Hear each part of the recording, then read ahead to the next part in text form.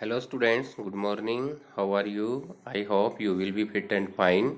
Students, we are reading our first lesson and today we will discuss about sixth point in this lesson, demographic profile during the British rule. Demographic profile का मतलब होता है जनांकीय रूपरेखा किसके दौरान? British rule के दौरान। Demographic condition during the British rule exhibited all features of A stagnant and backward economy. जो हमारी डेमोग्राफिक कंडीशन है ब्रिटिश रूल के दौरान, वह कौन सी विशेषताएं दिखाती है? स्टैग्नेंट एंड बैकवर्ड इकोनॉमी की, यानी कि गतिहीन और पिछड़ी हुई इकोनॉमी की विशेषताओं के बारे में बताती है। Here we focus on the following parameters. यहाँ पर हम इन पैरामीटर्स पर ध्यान देंगे, यानी कि इनके बारे में पढ़ेंगे। फर्स्ट दिया है birth rate and death rate, कि उस टाइम पर बर्थ रेट और डेथ रेट क्या थी। Both birth rate and death rate, जिसको हम BR से डिनोट करेंगे बर्थ रेट को, और डेथ रेट को DR से, were very high, nearly 48 and 40 पर थाउजेंड रिस्पेक्टिवली। यहाँ पर दोनों ही हाई लेवल पर थे, 48 और 40 पर थाउजेंड रिस्पेक्टिवली।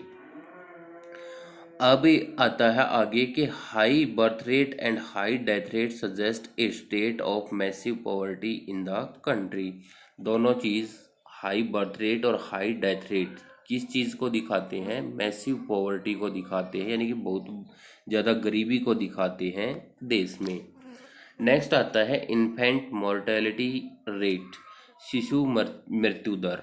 इन्फेंट होता है शिशु और मोर्टेलिटी का मतलब मृत्यु और रेट दर, यानी कि शिशु मृत्यु दर क्या थी? Infant mortality rate, death rate of children below the age of 1 year पर 1000 लाइव बर्थ, यानी कि 1000 जन्म लेने वालों पर 1 साल की उम्र में कितने बच्चे एक्सपायर होते हैं, उसी को हम इन्फेंट मोर्टेलिटी रेट बोलते हैं। वाज वेरी हाई, यानी कि 1 साल के जो बच्चे थे, 1 साल या उससे कम उम्र के जो बच्चे थे, 1000 पर देखते हैं, उसका रेशो निकालते हैं तो वो बहुत ही हाई था। तो इन्फेंट मोर्टेलिटी रेट जो था वो हाई था।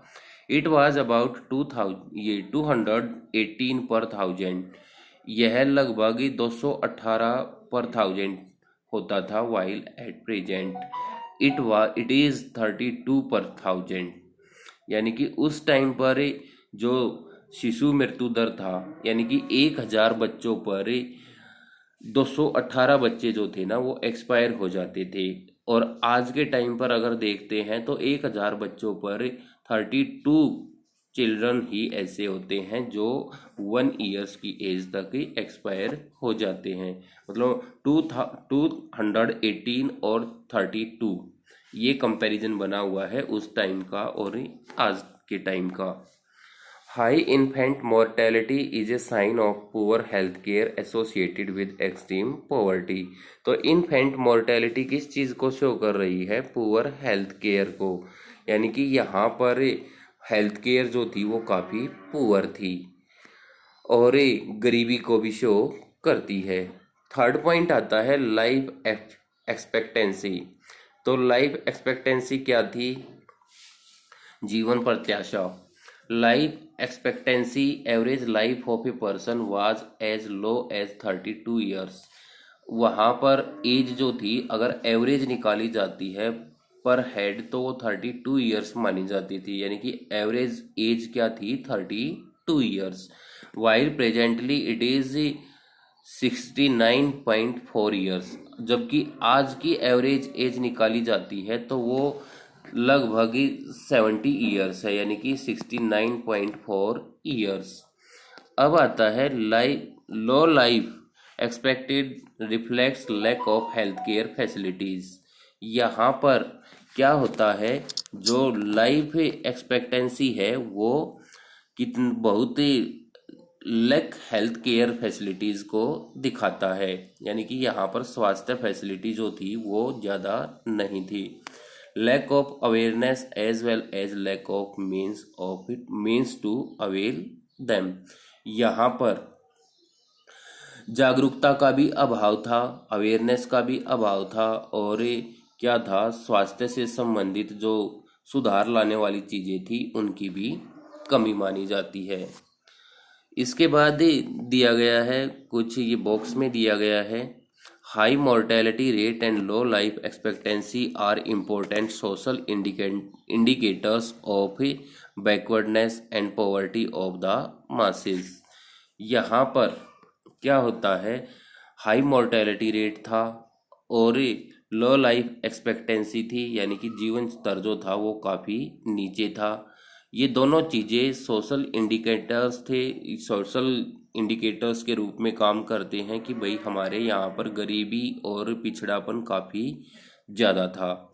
During the British rule frequent famines and recurring epidemics were the prime causes behind a high mortality rate। तो यहाँ पर क्या होता है, ब्रिटिश शासन के दौरान जो शिशु मृत्यु दर था उसका मुख्य कारण क्या था, फेमाइन्स यानी कि अकाल, और जो एपिडेमिक्स थी वो भी इसका कारण होती थी। जो महामारियाँ थी उस टाइम पर उनके कारण बहुत ज़्यादा मोर्टेलिटी रेट होता था।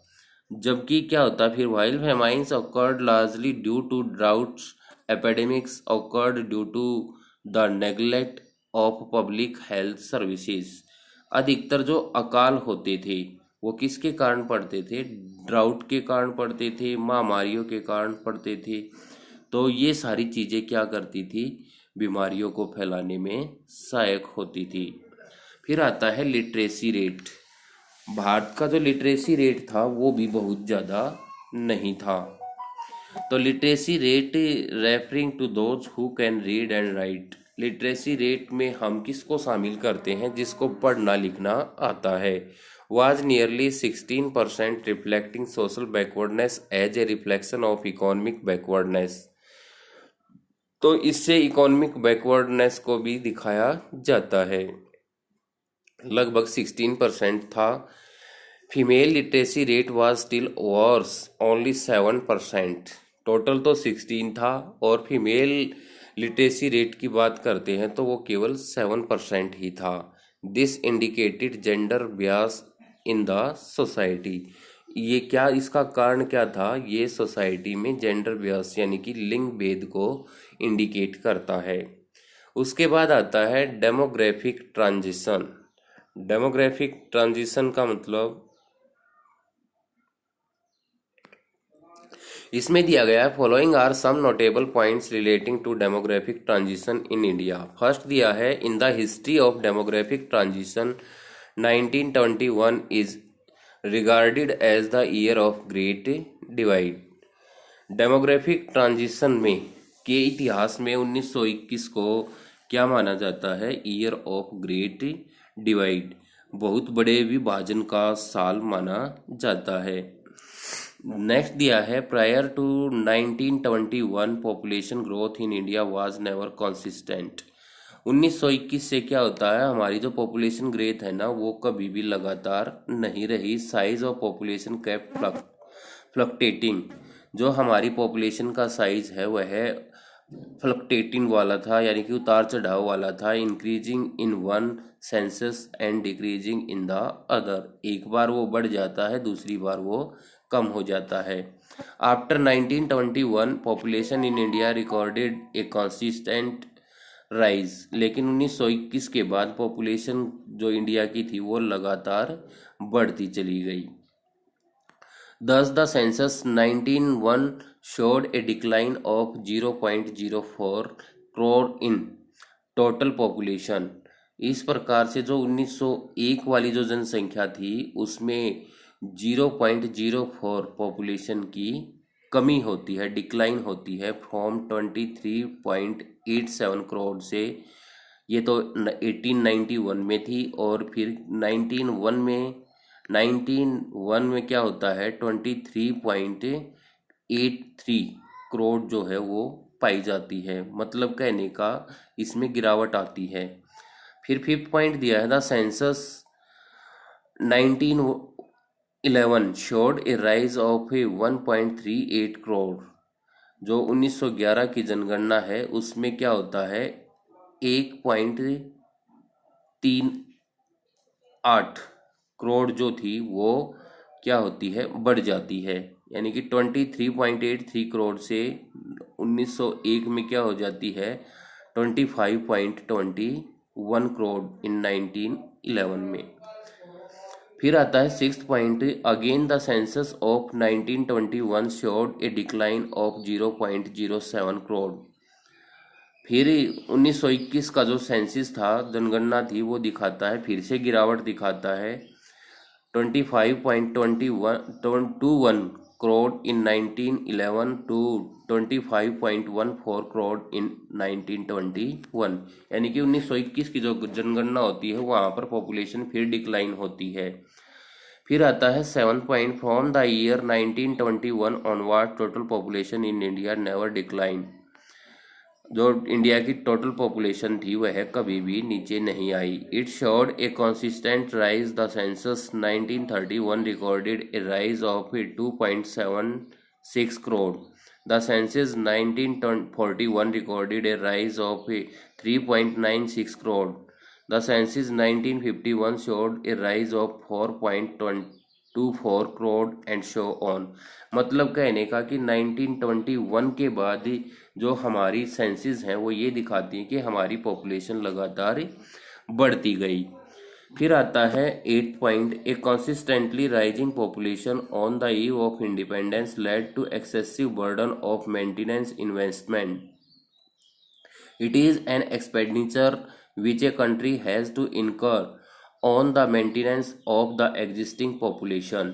तो इसमें दिया गया है कि जो लगातार हमारी जनसंख्या बढ़ रही थी उससे क्या हुआ, जो मेंटेनेंस इन्वेस्टमेंट थी उस पर भार जो था वो बढ़ता चला गया, और जो खर्च था जिसे सरकार को मतलब जो जितनी भी जनसंख्या थी उसके रखरखाव पर खर्च करना पड़ता था वो बढ़ता चला गया था। अब आता है 9th point, when the maintenance investment is high growth oriented investment remains low. जब किसी चीज़ के रखरखाव पर मेंटेनेंस पर ज़्यादा खर्च किया जाएगा तो जो भी निवेश होता है वो कम हो जाता है। तो ग्रोथ ओरिएंटेड इन्वेस्टमेंट जो होता है यानी कि जिससे विकास होना है वो कम रह जाता है, यानी कि इन्वेस्टमेंट पे ज़्यादा पैसा खर्च कर दिया जाता है और ग्रोथ जो थी वो कम रह जाती है। इसके बाद दिया गया है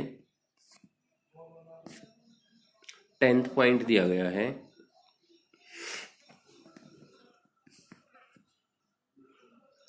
10th पॉइंट में दिया है high maintenance and low growth oriented investment on the eve of independence is another feature of the Indian economy. High maintenance और लो ग्रोथ ओरिएंटेड इन्वेस्टमेंट जो है वो इंडिपेंडेंस ईव पर एक दूसरी फीचर को दिखाता है इंडियन इकोनॉमी की, जो पिछड़ा हुआ और गतिहीन दिखाता है कि इंडियन इकोनॉमी जो है वो उस टाइम पर पिछड़ी हुई थी और गतिहीन पाई गई थी। 11th पॉइंट दिया है, however the underlying fact is that till 1951 the rise in India's population was never alarming, it rank between mild to modest. यहाँ पर क्या होता है फिर 11th पॉइंट में कि जो 1951 का टाइम था उस टाइम पर भारत में जनसंख्या वृद्धि जो थी वो ज़्यादा चौंकाने वाली नहीं थी। वहाँ पर क्या होता है, यहाँ पर जो मिडल थी और जो साधारण सी जो श्रेणी थी उसमें क्या होता है, वहाँ पर जो वृद्धि होती है वो सीमित ही रहती है, यानी कि यहाँ पर ज़्यादा वृद्धि नहीं हो पाती। फिर लास्ट पॉइंट आता है, it was only from 1951 onwards that the rise in population became explosive in nature and the country started facing a serious challenge in terms of population explosion। 1951 के पश्चात फिर क्या होता है, जनसंख्या में फिर एक बार बहुत ज़्यादा वृद्धि होती है। एक्सप्लोसिव इन नेचर का मतलब विस्फोटक वृद्धि होती है और कंट्री जो है उसको बहुत ज़्यादा मुश्किल चुनौतियों का सामना करना पड़ता है इस जनसंख्या वृद्धि से।